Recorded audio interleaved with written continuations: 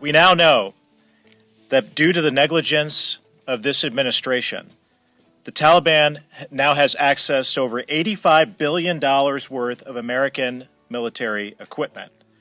That includes 75,000 vehicles, over 200 airplanes and helicopters, over 600,000 small arms and light weapons. The Taliban now has more Black Hawk helicopters than 85% of the countries in the world. But they don't just have weapons. They also have night vision goggles, body armor, medical supplies, and unbelievably, unfathomable to me and so many others, is that the Taliban now has biometric devices, which have the fingerprints, eye scans, and the biographical information of the Afghans who helped us over the last 20 years. And here's what we just learned again in the briefing that we just walked out of, is this administration still has no plan to get this military equipment or these supplies back.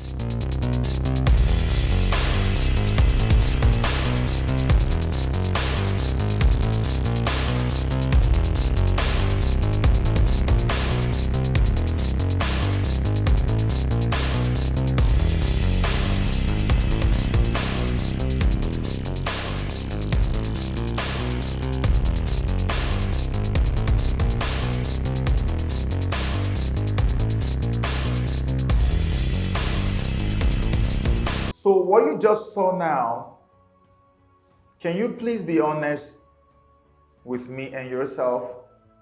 Have you seen it anywhere on the mainstream media? Have you seen these figures and these facts reported anywhere on the mainstream media? Have you seen BBC that was telling you that there are only 73 aircraft, and Al Jazeera that is pointing to one small warehouse over there telling you that this is what America left and they are rendered unusable? Is that what you just saw right now? This is a congressman reading out the facts and the figures of what America just did in Afghanistan. And they are covering it up for you. Here, in case you missed it, 208 aircrafts. 208. That's the figure. 208. Jesus Christ. Black Hawk helicopters left in the care of the people you called global international terrorists. 75,898 vehicles, Humvees, and the rest of them. It doesn't stop there. 599,690 weapons. That's about 600,000 weapons. Okay? It doesn't stop there. You have 162,643 pieces of communications tech. And it doesn't stop there. You have 16,191 pieces of surveillance gear, plus the biometric gadgets that the congressman said they now have access to. Gadgets on biometric data of people who helped. Mainstream media is busy screaming, help our allies. Our allies, they really don't mean to help the real allies. They mean to carry, just the same way Europe was carrying all those people they call refugees and flooding European cities with them just so they can tilt the balance and neutralize Christian influence. This is the plan already, right? They want to do that. That's the same way this is happening. Because if it was about helping your allies, how can you allow Taliban to have access to biometric data of the people that helped you? Because they're going to go after them one by one, and now we hear reports that they are going from home to home, executing people there. If you really cared about the people who helped you, would you do this? How? A whole America. The United States of America has all the capacity here, everything it takes to do this thing clean. You claim that Donald Trump signed the deal, but did you follow his plan on withdrawal? No, you didn't. You still went ahead and did it your own way. And now look what has happened. Close to 200 Afghans died in that explosion and 13 U.S. Marines. On top of that, over 110,000 people that are not vetted and properly screened are now in US soil. And many more are probably on their way there from different other countries. All in the name of we're trying to help our allies. But the real help you should have given to them, you refuse to give it to them by allowing Taliban to have access to their biometric data. How can these lies be told and the world is not asking questions? Why? Because we have entered into a new era. An era where the truth becomes bitter. Too bitter for even the most decent people on earth to swallow it. We are now living in a post-truth era, in a post-fact era, where if you're speaking the truth or the fact, you become like a terrorist. This is what happened in Afghanistan, people. Taliban now has more US Black Hawk helicopters than about 85% of the countries around the world. You heard that. It's not coming from me. Taliban, the same group that the US government labeled international terrorism organization and went after them and bombed them to stone ages in 2001. Today, they have access to more US weaponry than arguably any other nation on earth. At least 85% of nations on earth. And you're telling me that the vision I saw about Boko Haram taking over Nigeria and flying helicopters, that it is just hallucination, right? I saw it in a vision. I made a video about it. Now today, let me give you the stats, okay? Boko Haram has taken up major villages in Niger State. Niger State is very close to Abuja, just a stone throw away from, in fact, it was the land taken from Niger State that was used to create Abuja. So you know how close they are. They are literally in Abuja already. Major towns in the other parts of Nigeria, they already hoisted their flags. And they are still taking up locations, taking up villages, taking up communities. They are grabbing land. They've actually raised a flag, like declared that this is their country. They have a government of their own already on Nigerian soil. And you say the vision I saw does not make sense. Paula Defarasin say go for plan B. Everybody say, hey, shut up, this man, what are you talking about? This is the truth. This is what is happening. So imagine all the terrorist organizations or extremist elements who are allies to Taliban. Imagine if they had to request for military planes from them. You think the Taliban will not oblige them, that they will not give them? Taliban with all these weapons. So watch, you're going to see how the same mainstream media, so that you know that this is all a plan to bring mega chaos to our world so that the Antichrist can come in with peace. You know, that's how it is. You have to create order out of chaos. Order ab chaos. There has to be monstrous, unimaginable chaos all over the world.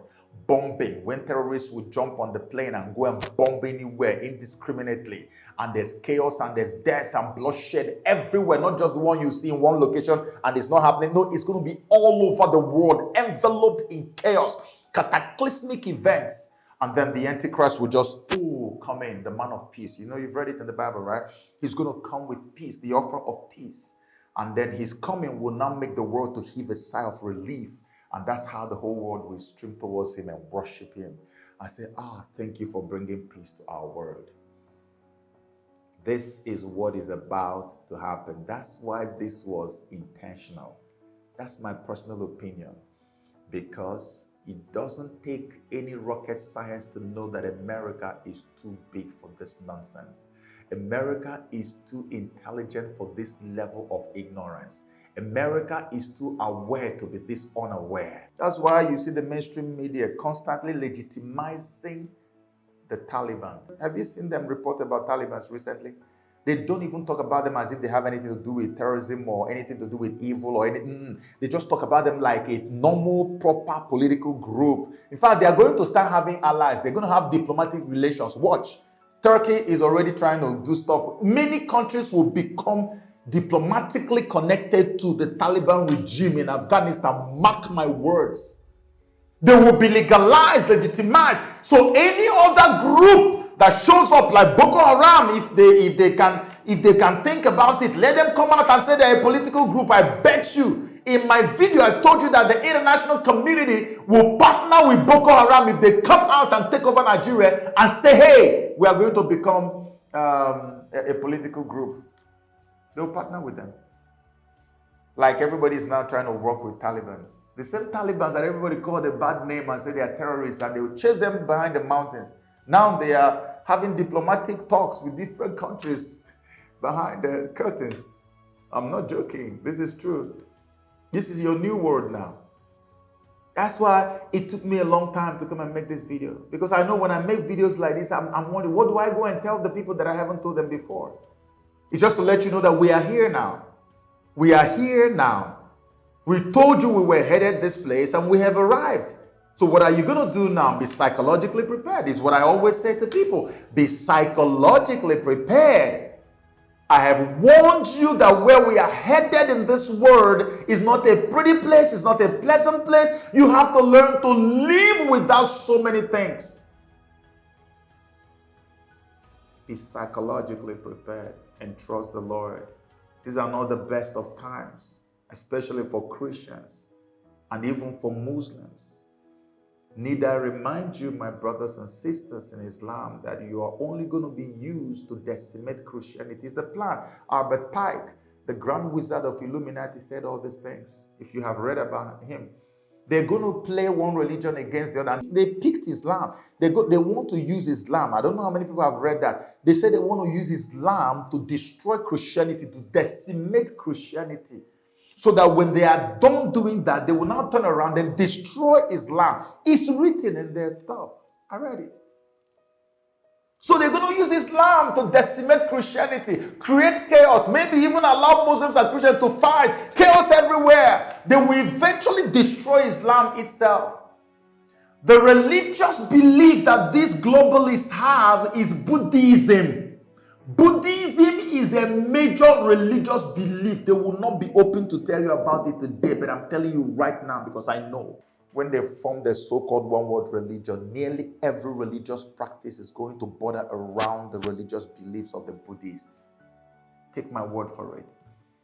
That's the religion that ushers in the Antichrist.